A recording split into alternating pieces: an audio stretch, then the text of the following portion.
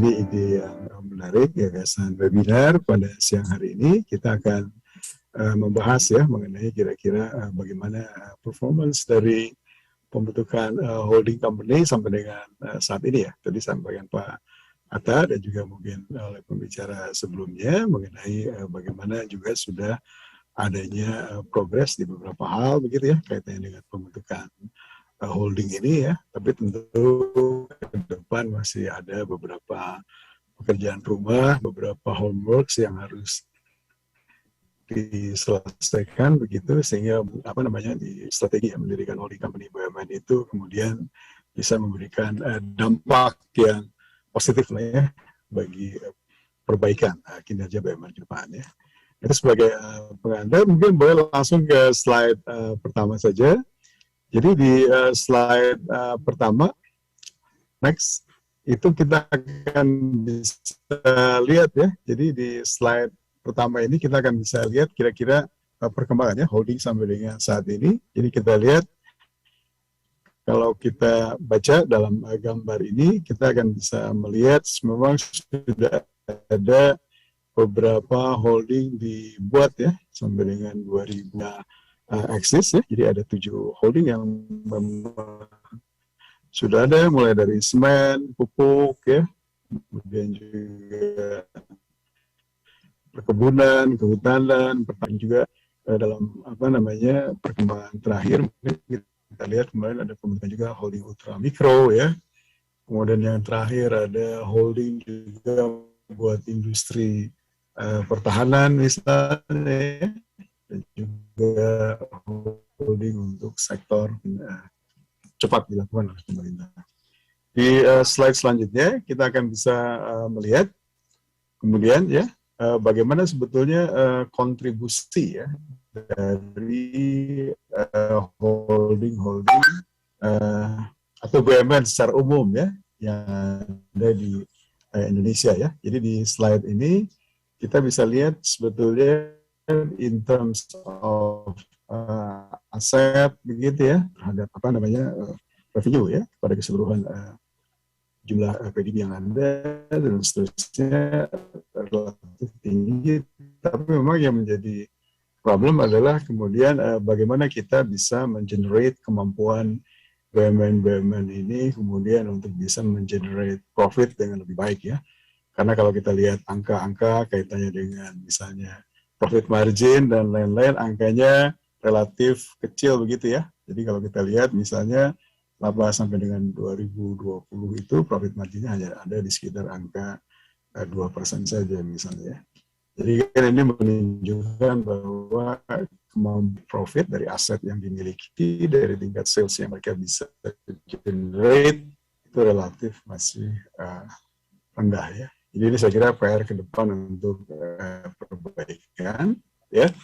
Kemudian di slide selanjutnya kita akan bisa juga melihat sebetulnya bagaimana kemudian PMN yang sudah diberikan sekarang, bahwa kalau misalnya sudah diberikan PMN ya, tapi kontribusinya tidak bisa lebih baik, maka itu juga bisa menimbulkan pertanyaan begitu ya. Jadi kalau kita lihat memang tren PMN-nya dalam 5 tahun terakhir cukup banyak diberikan ya kepada BUMN ini. Dalam ini ada beberapa juga kalau kita lihat top 5-nya gitu ya.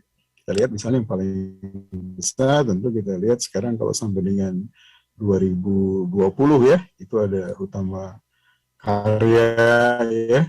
Kemudian juga kalau kita lihat di situ ada 2 lembaga lain yang memang bukan BUMN, lembaga pembiayaan ekspor dan juga Indonesia Sovereign Wealth Fund LPI ya. Tapi juga kemudian di sana ada PLN dan BPUI ya. Tentu kita tahu ya sebetulnya PMN buat mereka di Utama Karya, kita tahu persis memang mereka dalam kepentingan untuk membangun jalan tol Sumatera misalnya ya. Sementara PLN tentu kan membangun jaringan infrastruktur listrik yang cukup besar, dan BPUI tentu kaitannya dengan soal bagaimana proses penyelamatan untuk Jiwasraya ya, dengan kemudian mendirikan suatu entitas baru, FG Life, dan itu kemudian membutuhkan pendanaan besar dan kemudian diberikan oleh. Bisa lihat bagaimana kemudian kinerja BUMN tadi ya. Nah, di slide selanjutnya boleh dipindahkan ya. Sektor-sektor ya, kira-kira yang paling banyak mendapatkan pembiayaan itu apa saja gitu ya. Dan memang sektor paling besar itu memang kita lihat ada di sektor infrastructure ya. Nah, tentu ini sejalan juga dengan strategi pemerintah ya, mungkin 5 tahun terakhir, bagaimana mereka menggenjot sektor infrastruktur dan dukungan ya terhadap sektor mikro, kecil, dan lain-lain. Itu adalah dua besar bagaimana PMN itu diberikan dan kemudian juga tentu kepada sektor-sektor yang lain ya. Jadi ini adalah secara statistik PMN itu diberikan kepada mana saja sektor bisnis ya. Nah, kemudian kita lihat lagi kemudian di slide selanjutnya kita akan tadi sebagian sudah saya sampaikan ya kaitannya dengan apa namanya performance ya. Jadi kalau kita lihat tadi memang problemnya adalah di sisi bagaimana kemampuan BUMN tadi bisa mengenerate profit ya atau profitabilitas lah ya. Saya kira itu menjadi kunci pentingnya. Dan kalau kita perhatikan juga dilihat dari sisi misalnya perbandingan antara PMN pada negara dari BUMN ini memang kita perhatikan 2020 memang agak sedikit berubah polanya, tapi tentu ini kondisinya tidak bisa dilepaskan dari situasi COVID kali ya. Jadi dari sisi kemudian berapa jumlah PMN yang diberikan dan berapa jumlah dividen yang diberikan itu terjadi anomali ya, karena kemudian di 2020 jumlah PMN yang diberikan itu jauh lebih besar dibandingkan dengan setoran dividen yang ada. Tentu kan juga ini tidak lepas dari kondisi memang performance BUMN di 2020 ya, yang juga berlanjut di 2021 yang performance tidak terlalu baik karena kondisi COVID ini. Ya. Kemudian kita bisa lihat bagaimana kemudian profil kaitannya dengan soal holding ini ya. Boleh pindah slide saja. Oh, ini masih ada kaitannya ya. Mungkin ini kaitannya dengan aset, ekuitas, dan juga PDB. Tadi mungkin di slide sebelumnya sudah saya jelaskan ya. Mungkin bisa lewatin saja slide ini. Nah, kondisinya memang secara umum mungkin sudah beberapa kali saya juga sampaikan di beberapa forum ya, bahwa memang secara umum kondisi BUMN itu Pareto ya. Jadi memang misalnya sekarang kita masih memiliki sekitar 100 BUMN atau kurang dari 100 BUMN begitu ya.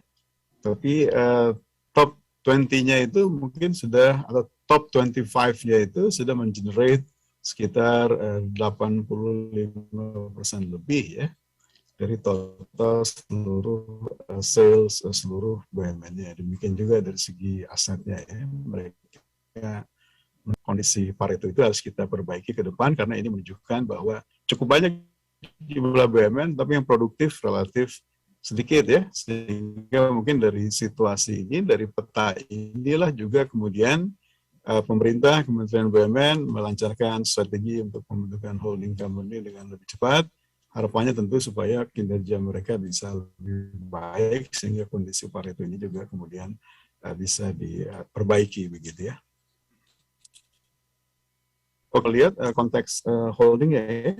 Boleh pindah slide saja. Next.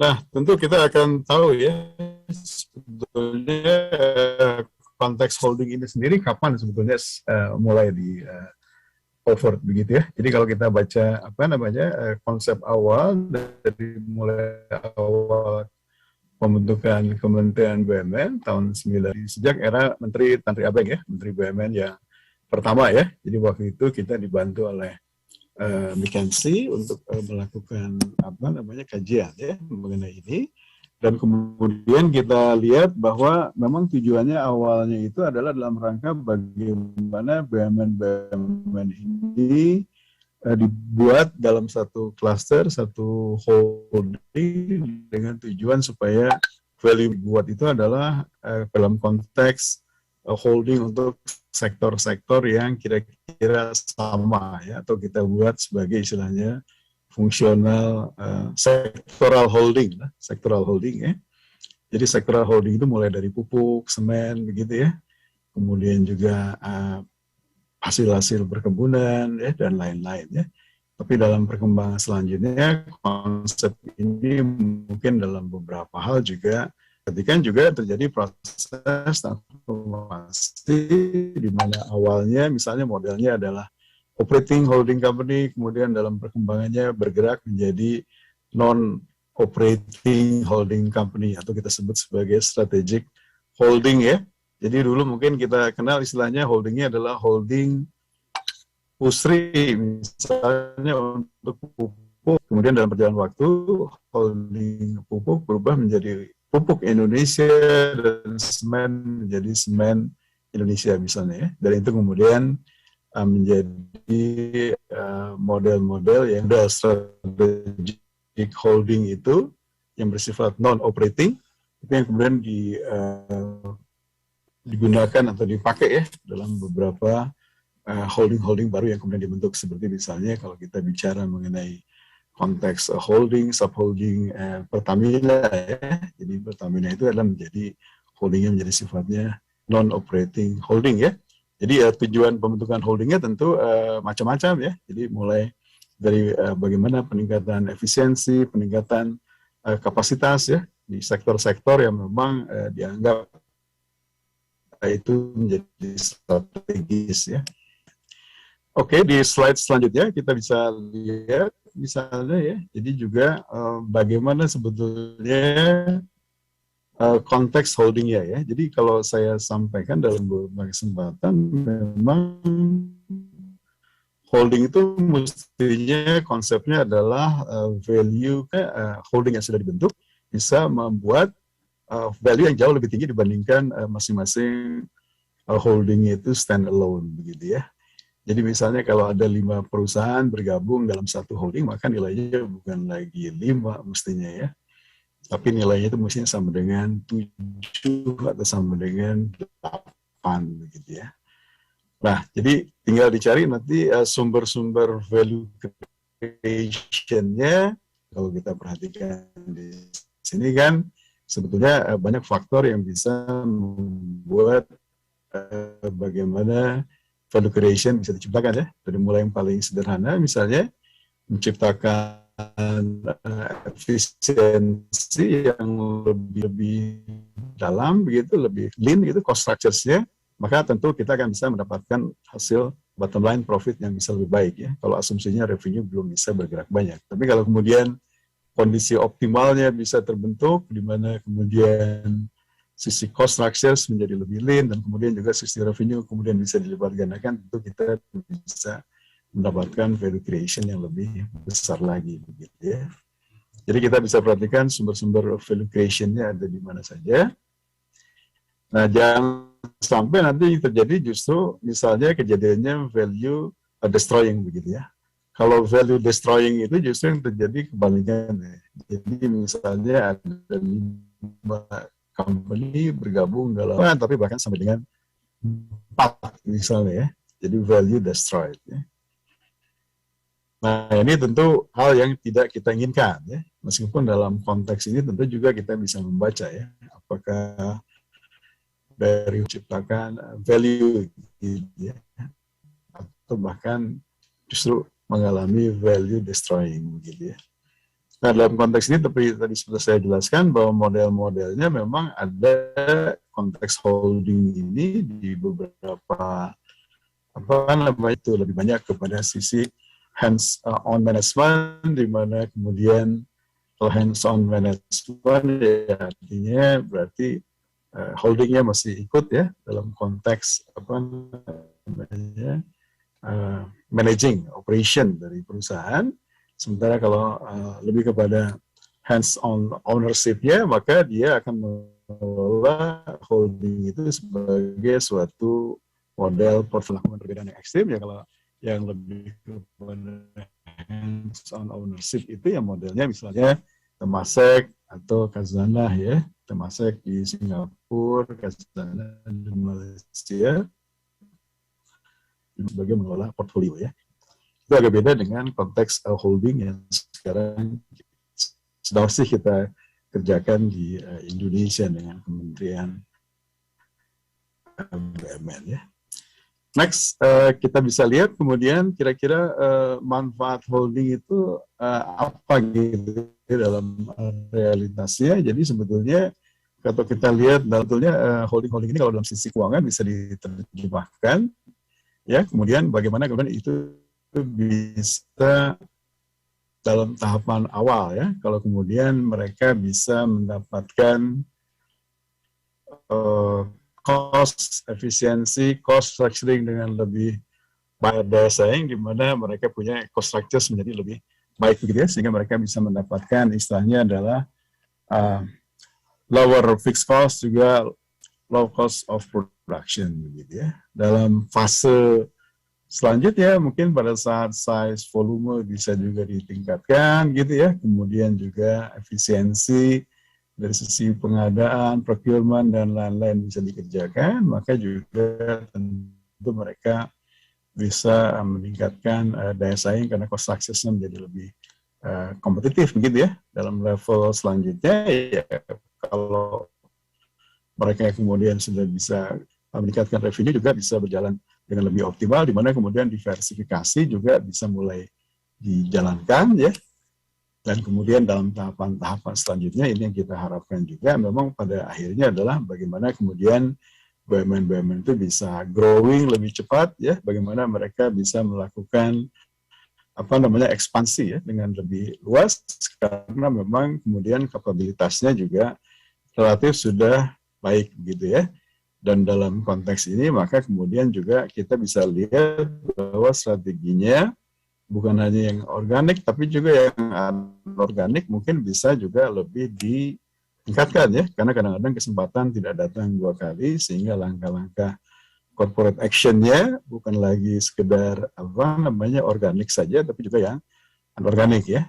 Sehingga dalam konteks ini kita akan bisa lihat bahwa kemudian sinergi itu bisa meningkatkan kualitas dari balance sheet maupun income statement-nya ya. Di next slide-nya, boleh kita pindah saja di next slide. Ya, beberapa hitungan ya. Saya coba tim buat dalam beberapa waktu terakhir. Memang beberapa sudah positif, 2021 ya, angkanya masih merah, karena memang itu kita bisa melihat masih ada problem ya. Jadi kalau kita lihat dari angka-angka ini ya sebetulnya harapannya holding gitu ya. Sehingga kalau masih ada yang merah ini ya tentu menjadi perhatian bagaimana itu kemudian bisa kita masuk langkah-langkah terakhir Kementerian BUMN ya dalam rangka untuk mungkin saya kira memperbaiki ya kualitas pengawasan untuk melakukan investasi. Di ujung kanan juga saya kira sudah mulai dikerjakan ya. Jadi kita baca misalnya seminggu lalu misalnya 3 BUMN sudah di likuidasi dan mungkin ada 7 atau 9 BUMN lagi. Saya kira ini langkah-langkah cukup baik dalam kerangka bahwa kemudian kita bisa lebih fokus begitu ya mengelola BUMN-BUMN yang memang produk jasanya itu masih strategis, dibutuhkan oleh publik, dibutuhkan oleh negara, ya, dan juga kondisi keuangan internalnya masih relatif sehat, bisa bersaing. Ya. Tapi kalau kemudian memang harus segera bisa dilaksanakan. Ya. Oke, kemudian di slide selanjutnya, saya kira ini adalah kata kunci, ya, kata kunci bahwa sebetulnya kalau kita sudah bikin holding, sudah membentuk holding, what next gitu ya. Jadi problemnya beberapa holding tidak bisa meng-create value dengan cepat gitu ya, atau bahkan cenderung menjadi tidak bisa propose merger integration ya, tidak jalan dengan cukup baik ya. Jadi post merger integration ini menurut saya adalah kuncinya ya. Jadi beberapa studi kaitannya dengan restructuring perusahaan ya di banyak negara itu menunjukkan kalau mereka melakukan kegiatan merger, acquisition dan lain-lain ya, termasuk proses pembentukan holding ini, kalau penanganan post merger integration tidak cukup baik, maka biasanya juga value creation agak sulit untuk diciptakan begitu ya. Jadi yang paling utama di mana sebetulnya tentu ini karena menyatukan banyak perusahaan baru, anak perusahaan baru dalam satu holding, kan tentu tidak mudah ya. Jadi yang paling utama adalah kemudian bagaimana itu menyatukan corporate cultures itu dengan lebih baik, dengan lebih cepat ya, sehingga itu menjadi cultures yang bisa diterima oleh keseluruhan entitas ya yang bergabung dalam holding tersebut ya. Kalau cultures-nya masih beda-beda, belum bisa di melting pot-kan menjadi satu, begitu kemungkinan menjadi relatif sulit ya menyamakan visi, persepsi mengenai bagaimana holding ke depan ini juga akan jalan ya.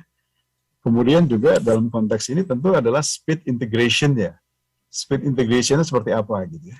Jadi kalau misalnya ada beberapa anak perusahaan dengan leveling yang berbeda-beda, begini satu sudah agak lebih maju, satu masih misalnya biasa-biasa saja ya. Itu tentu kan kita harus juga mulai bicara mengenai menyatukan konteks operasi gitu, sehingga standar operating prosedurnya ya itu proses bisnisnya itu mungkin harus mulai diseragamkan gitu, sehingga kemudian bagaimana kegiatan yang ada di satu anak perusahaan ke anak perusahaan lain bisa dinilai dalam suatu parameter yang sama begitu ya. Jadi ini masalah speed of integration ya. Jadi dalam konteks holding ini saya kira biasanya sudah akan dibuat juga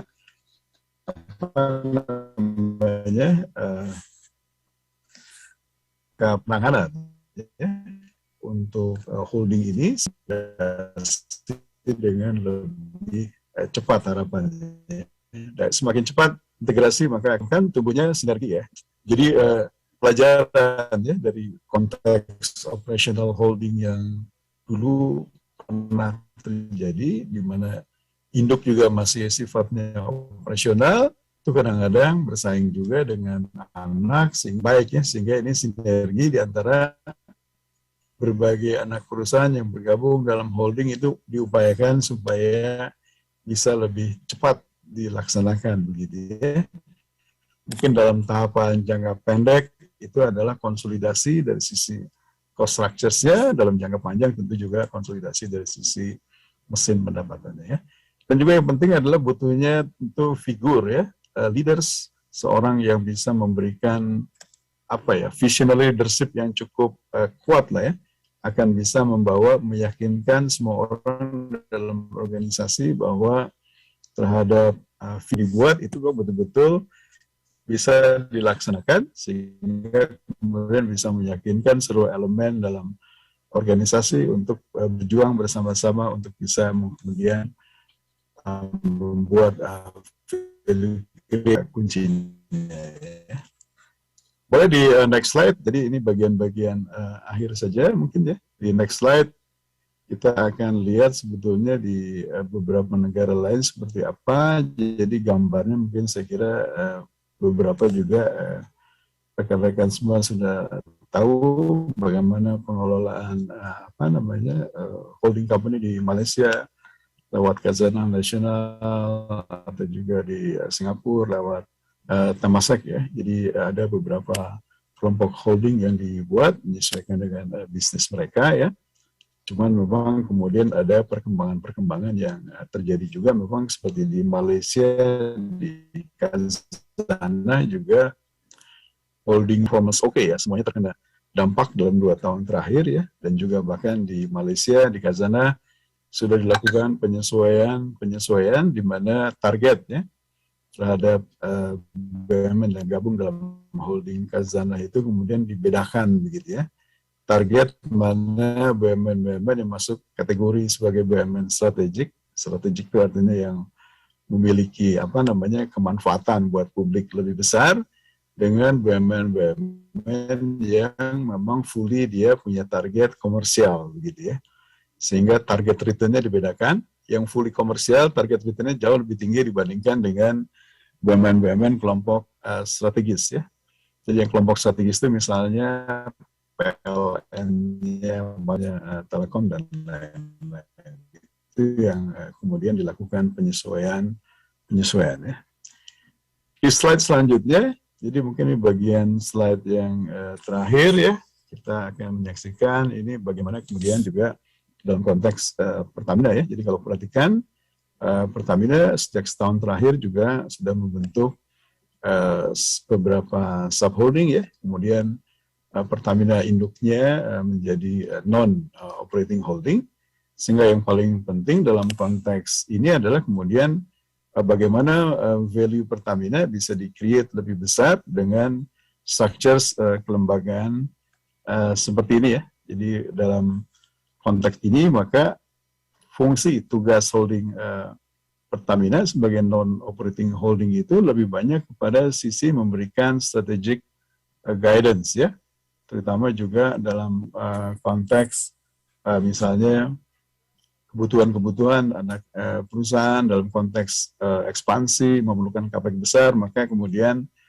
dari sisi financing, strategic financing, nanti holding akan membantu kebutuhan anak-anak perusahaan ya, sementara kemudian masing-masing subholding itu akan lebih fokus kepada sisi aspek operasionalnya ya, sehingga ke depan harapannya mereka bisa menjadi berkembang lebih besar begitu ya, dan kemudian akan bisa betul-betul excellence ya di bidang yang terkait dengan bisnis mereka ya. Jadi dengan rencana ini maka saya kira Pertamina ke depan ya dengan jumlah perusahaan yang cukup besar, mungkin dari sisi aspek pengelolaannya bisa lebih baik ya.